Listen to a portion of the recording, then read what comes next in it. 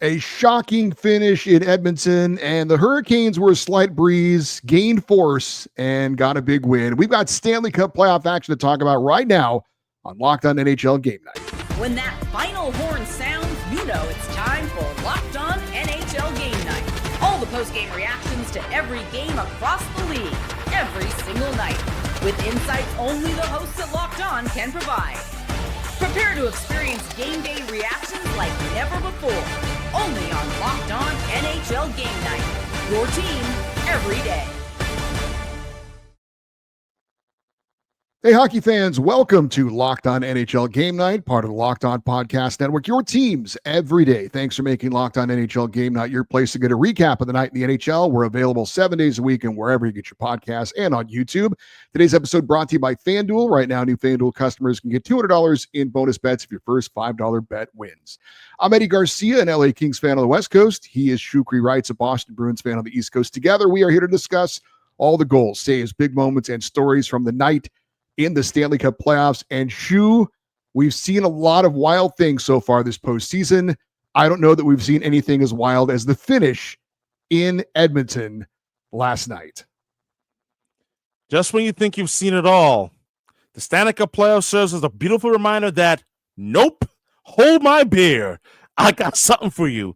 And tonight at Edmonton, I'm still shaking my head and trying to process and make sense as to what did we see? Let's get right into it, Eddie. Well, it was game 3 between the Edmonton Oilers and the Vegas Golden Knights. The series shifting north of the border with the Oilers leading the series over the Pacific Division champs 2-0, having won both games on the road, 4-2 in game 1, 5-4 in overtime in game 2. So game 3, obviously huge for the Vegas Golden Knights. Could not afford to go down 3-0. And they get a huge road win on a miraculous goal with less than a second to play. 4-3, they win it. Connor McDavid tied it late with a goal that, of course, went off of a defender and in the net. And then just as time was about to expire, Leon Draisaitl put the puck into his own net.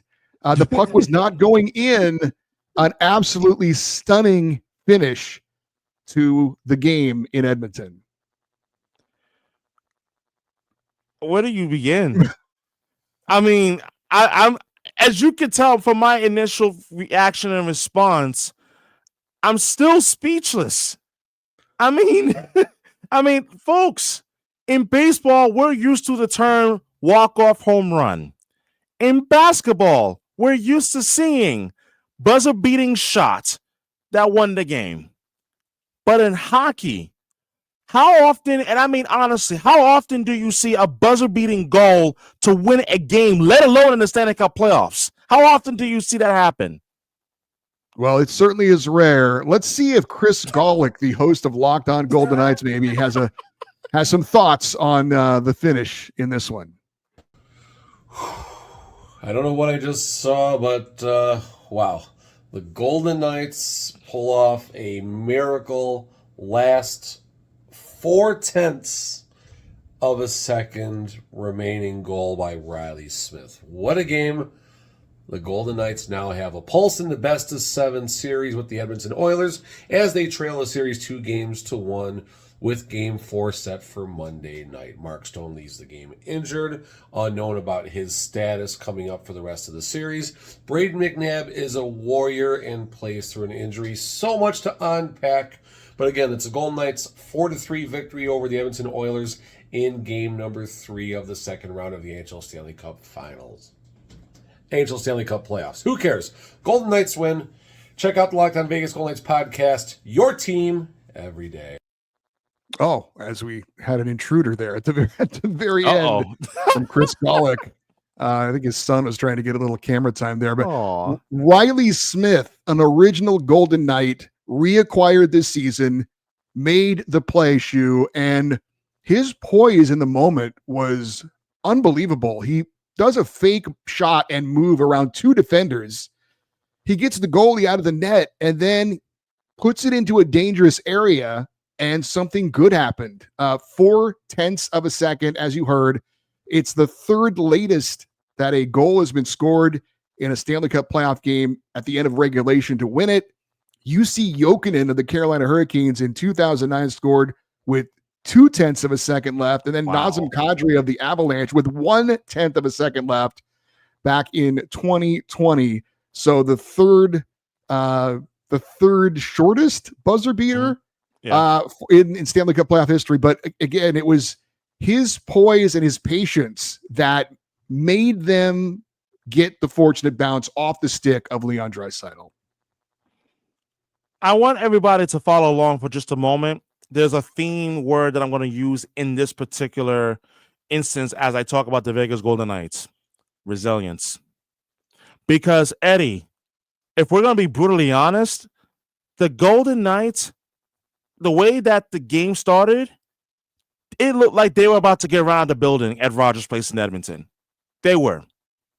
And the way that the game started with Corey Perry lighting the match on fire for the Edmonton Oilers, scoring the two goals in the first 9 minutes of the game, you're thinking, Adin Hill's about to get around the building. But no. Vegas says, you know what? It ain't over till the fat lady sings. So the Golden Knights said, you know what? This is what we're going to do. Like Nicholas Waugh, who was under scrutiny following game number 2. He scores, and then follow that up with Riley Smith, who scored the first of his 2 huge goals for the Vegas Golden Knights. And for a team that, throughout points in this game, as I mentioned, they looked like they were dead in the water. They were kind of dead in the water. That was, of course, until Edmonton said, you know what? We're going to storm back. We're going to take the lead again. We're going to tie it. And when you think about what Vegas was able to just ultimately pull the rabbit out of the hat type of deal tonight, if you could sit here and try to make sense out of what we saw with 0.4 seconds left, my God, you talk about a literal buzzer beater. Because I thought when the shot got off that, man, they ran out of time. Did that puck really go in? There's no way. And then upon further review, the puck did go in. Not only did it go in, but there was less than half of a second left. And ultimately, I'm like, man, Riley Smith came up aces. And he came up huge tonight. But this Vegas Golden Knights team showed resilience and perseverance when it looked like they were about to get completely buried in this game and in this series. They found a way to win. And man, did they ever come up huge in these critical moments. Well, Chris Golick mentioned it. Defenseman Braden McNabb, who got tripped by Victor Arvidsson late in game 2, goes hard into the boards. Didn't know if he would play. He did play, probably not 100%, but he got it out. The Golden Knights did get their leading scorer from the regular season leading goal scorer, Pavel Dorofeev. Didn't score in this game, but he's back, so that could help out. Maybe that will offset the loss of their captain, Mark Stone, who, as you heard, left in the first period, didn't return, upper body injury. Don't know his status for game 4. So some good and some bad for Vegas in this one as far as in the lineup from injury. But for the Oilers, their first home loss this postseason started great, as you mentioned, 2-0 lead. Corey Perry scoring both goals. Then Vegas storms back. Connor McDavid ties it up with a puck that goes off of Braden McNabb's skate late. Yeah. And seems like they've got some momentum going into overtime, but Riley Smith had other ideas. And the shot, by the way, was not going in the net. Leon Draisaitl put it in the net. The goalie was out. He put it in a dangerous area and hoped something good would happen, and it did. And for Stuart Skinner, I'm not blaming him for this loss necessarily, but Calvin Pickard could not go. That was a big story going into this game 3. If you remember, Pickard suffered a leg injury in the third period of game 2, but he stayed in the game. Now listed as day-to-day. For Stuart Skinner, he allows 4 goals on 24 shots. He's now 0-3 this postseason. And I'm not necessarily saying this loss is on him, but as an old football coach used to say, you are what your record is, and he's 0-3. So for the Oilers, I'm sure that they would like to see Calvin Pickard in for the next game, but we don't know what the status is for him going forward. Again, day-to-day. So Stuart Skinner suffers the tough loss, and whether it's fair or not, that loss does go on his record.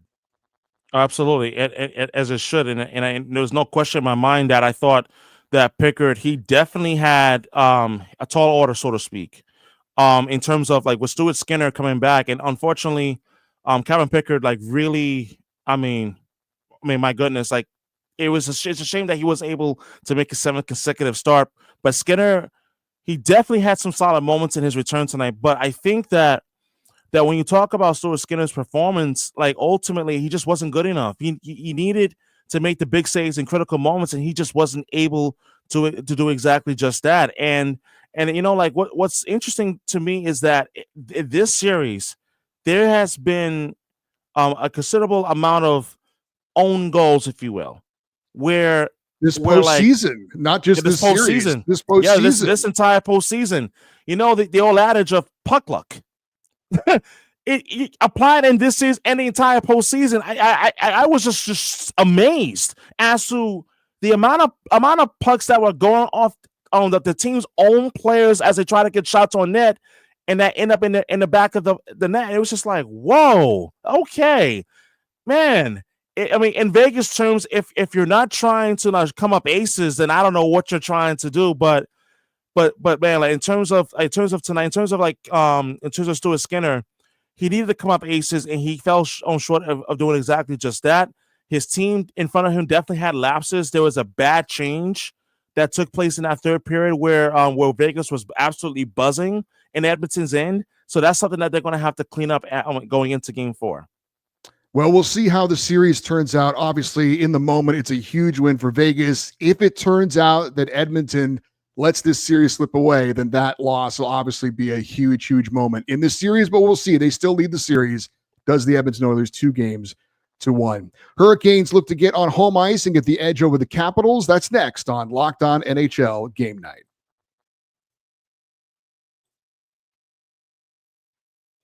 Did you know that your Fire TV is also an Xbox? Turn any TV into your gaming and entertainment hub with Fire TV Stick 4K devices. No console required. Just grab your paired controller, subscribe, or sign in to Xbox Game Pass Ultimate with EA Play included, and you're ready to go. Dive into hundreds of premium titles from EA Sports College Football 25 to Call of Duty Black Ops 6 and Avowed, as easy as you stream your favorite shows. It's gaming made simple, and it's all on your Fire TV. With 4K streaming, watch more than 1.5 million movies and TV episodes from your favorite subscribed services like Netflix, Prime Video, Disney Plus Max, and more. Head to Amazon.com/Fire TV Locked On to get started. Xbox Game Pass Ultimate subscription and comparable controller required. Available on select devices, including Fire TV Stick 4K 2nd Gen, Fire TV Stick 4K Max 1st and 2nd Gen, and Fire TV Cube 3rd Gen.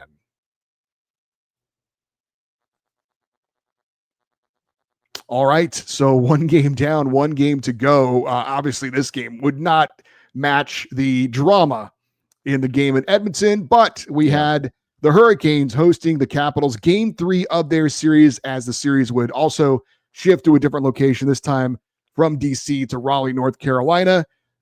Hurricanes win Game 1, 2-1 in overtime. Capitals come back for a 3-1 win Game 2.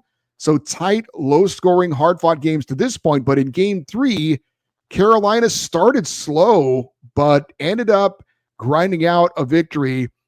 Looks in the end pretty one-sided, 4-0.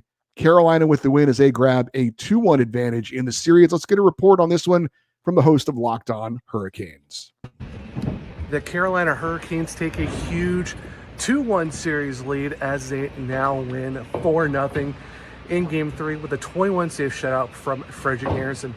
This was a huge one. 2 for 2 on the power play. You love to see it. Now 33.3% so far this postseason. And they shut down the Capitals on the PK, going 2 for 2. Andrei Svechnikov with the goal. Jack Roslovic, Jackson Blake, and just being able to be so huge for them, as this is going to be a very interesting series with Game 4 on Monday. Can they build off of this? Only time will tell, but you love to see a very big bounce back from the Game 2 loss to now take a 2-1 series lead with Game 4 on Monday. All right, thanks to Zach Martin, the host of Locked On Carolina Hurricanes, for that report. Shu, I'm not surprised Carolina won this game, but I am surprised how they won it. They did not start strong. I thought they would on home ice with the building obviously buzzing there, their first home game of the series, but they kind of hung around until they found their game and eventually are able to grind out the victory. One of the big benefits of having a solid goaltender in the Stanley Cup playoffs is that when you're under siege, he's there to make the big saves, and that's really what it came down to in game number 3. Freddie Anderson was absolutely huge in that first period, where Washington, as you mentioned, they were absolutely buzzing in Carolina's end, and like they were not able to capitalize on their chances thanks to Frederik Anderson. And also, to that, I also want to point out something that was talked about the power play, because in the last episode of Locked On NHL Game Night, I mentioned towards the end of one of the segments that one thing that Carolina was going to have to address was their power play. And today, 2 for 2. And I think that in itself was really huge. And to go along with that, Andrei Svechnikov was absolutely huge in this game, in which that he was just able to take advantage of his opportunities and he finally gets some quote unquote puck luck where like he wasn't hitting the crossbars or anything like that, in which that not only that he opened the scoring, but he took advantage of John Carlson just being completely flat-footed from off the faceoff and beating him to the puck. And I thought that was really huge to set the tone for the Carolina Hurricanes in this game. But the big story for me, in my opinion, in terms of the Carolina side of things, is in fact Freddie Anderson. Is that in terms of considering that he left the game in Game 4 against the Devils early due to the collision to a Timo Meier, and that he was able to ultimately come back for this series, has been huge for Carolina, and he was absolutely huge today, and they're going to need more of that from him moving forward. Yeah, Andrei Svechnikov, as you mentioned, his 6th goal of the playoffs that got things started. Special teams, as you mentioned, definitely going the way of the Hurricanes. 2 for 2 on the power play, 2 for 2 on the penalty kill. And you're right, Frederik Anderson with 21 saves in the shutout, his first shutout as a Carolina Hurricane in the postseason.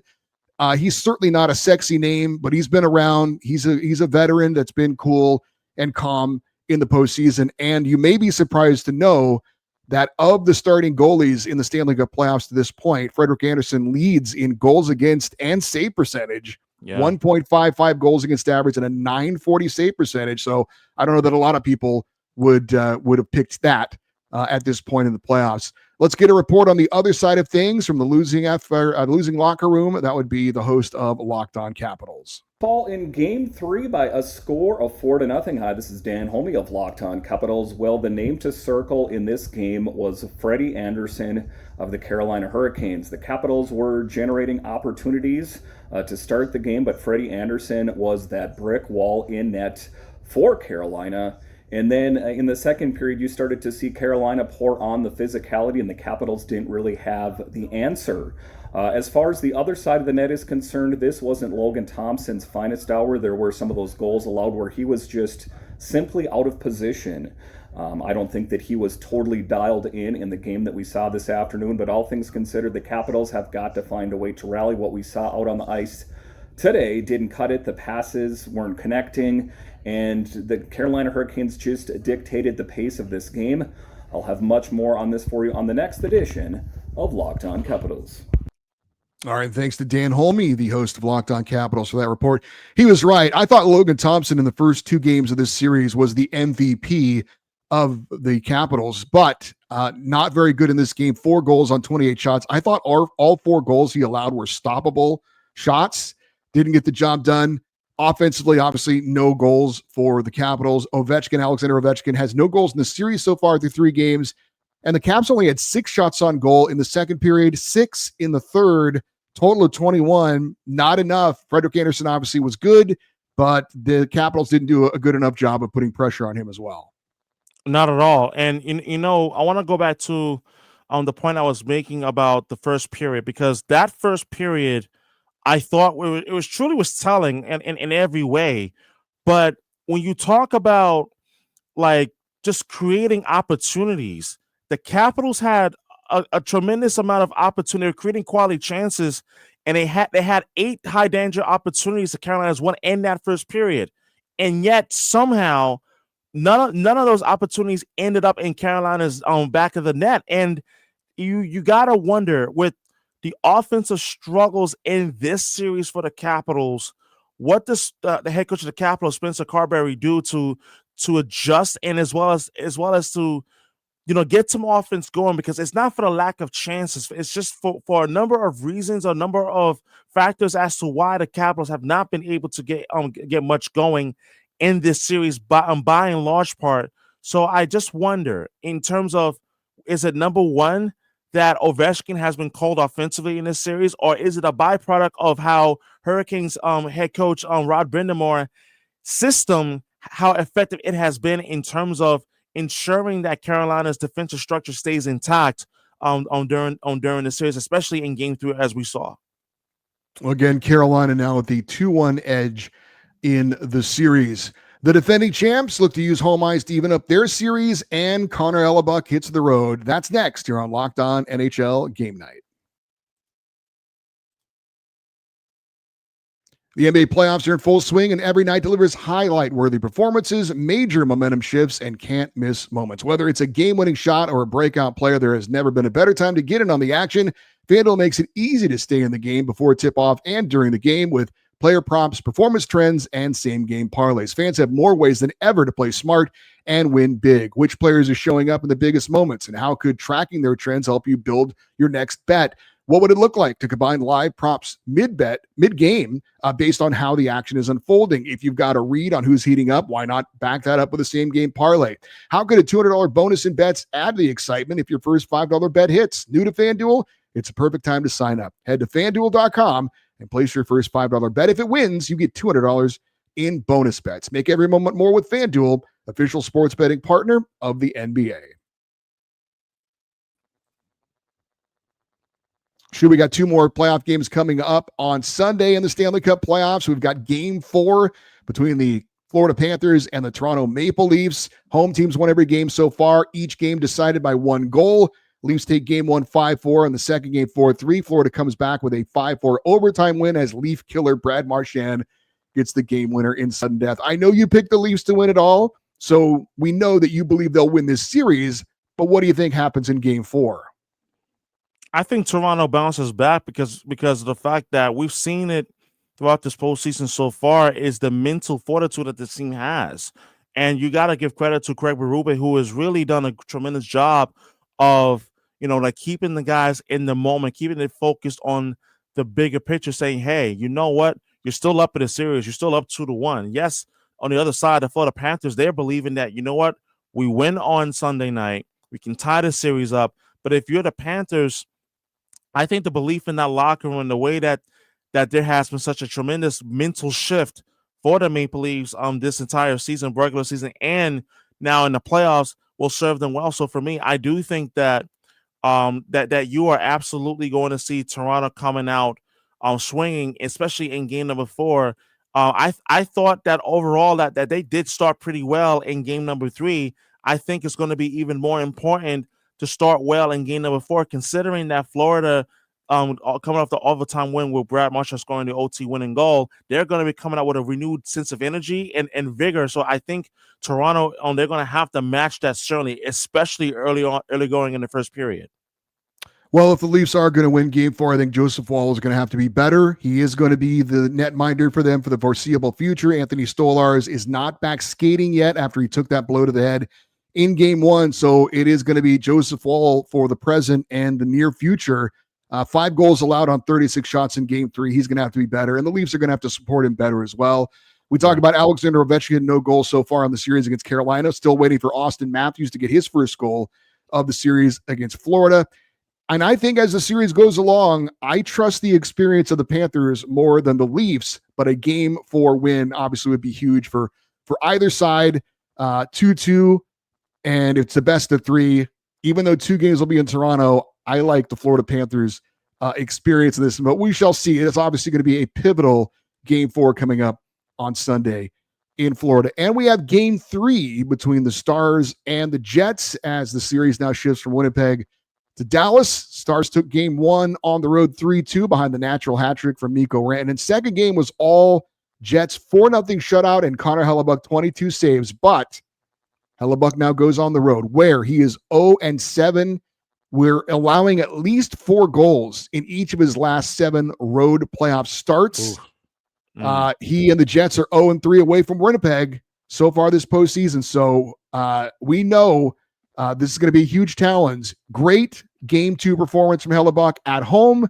Can he be somewhere close to that in game number 3? We shall see.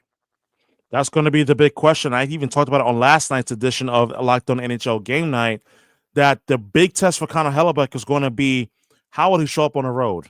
The big test is now here on Sunday night, or Sunday afternoon rather, where the Jets, they're going to have to really make it a point of emphasis of start on time, because of the fact that their struggles on the road is well known, as well publicized. And I think that ultimately it's going to start with Connor Hellebuck in terms of setting the tone between the pipes. But then also, I also want to see like some of the top guys for Winnipeg to come up huge, like in this game, whether it be Kyle Connor or whether it be Mark Scheifele as well. And I think that they're going to have to do a better job of starting on time on the road. They did that in game number 2 at home in Winnipeg. They have to be able to transfer that effort on the road. So, but as far as the Dallas Stars are concerned, I am curious to see in terms of like where did the Dallas Stars go from here, considering that they did not play well in game number 2 defensively. They definitely struggled, and I'm curious to see like ultimately like it does Rantanen begin to get going offensively, given that he'll be back home for the first time since that memorable Game 7 win over the Colorado Avalanche. Yeah, and a couple of things from Dallas I'm looking to see. They only had 21 shots on goal in game 2. They only had 7 in the first period. You've got a goalie who is very fragile. You're at home. He's been terrible on the road. Put the pressure on him immediately. Start the game off strong. Get him on the ropes early and see how he responds to that. I will be very surprised if Dallas doesn't come out very, very strong and be looking to put shots on goal from everywhere. And Mikko Rantanen, 1 shot on goal in game 2. This guy's the hottest player in the postseason. He's absolutely on fire. Number 1, he needs to shoot the puck more. And number 2, his teammates need to get him the puck more. Again, it's going in for him. Ride the hot hand for as long as you can. Mm-hmm. So shots on goal early for Dallas and get Mikko Rantanen the puck. To me, a couple of keys for Dallas here early on. And I agree. And I think that's also going to be important to see that the second and third line of the Stars, that they get going offensively and not just solely rely on Rantanen for offense. Because like that's part of both the blessing and the curse. Yes, you have a player who is historically hot offensively, as Mikko Rantanen has been, but where are the other guys? And by the other guys, I'm talking about like Thomas Harley, for example. Where's Tyler Seguin? Where's Jamie Benn? Where's everybody else? So you need everybody else to step up offensively, and as well as to get going, because they're going to need the other guys to step up huge. And I think that for guys like Wyatt Johnson and Mason Marchment, they're going to be very much needed, especially as the series is now home in Dallas for the games 3 and 4. All right. So again, a miracle finish and win for the Vegas Golden Knights. They get their first victory of the series. Oilers still lead at 2-1, but a huge game 3 victory for the Golden Knights, and the Carolina Hurricanes on home ice are able to gain strength as the game goes along. Behind the shutout from their goalie, Frederik Anderson, they get a victory over the Capitals, and they now have a 2-1 advantage in that series. More playoff action coming up on Sunday. Looking forward to talking about it with you. You got a taste of some of our local experts. Make sure you check out the Locked On Show of your favorite NHL team and get the latest news and reactions. I'm Eddie Garcia. He's Shukri Wrights. Thanks for listening and watching Locked On NHL Game Night, part of the Locked On Podcast Network, your teams every day.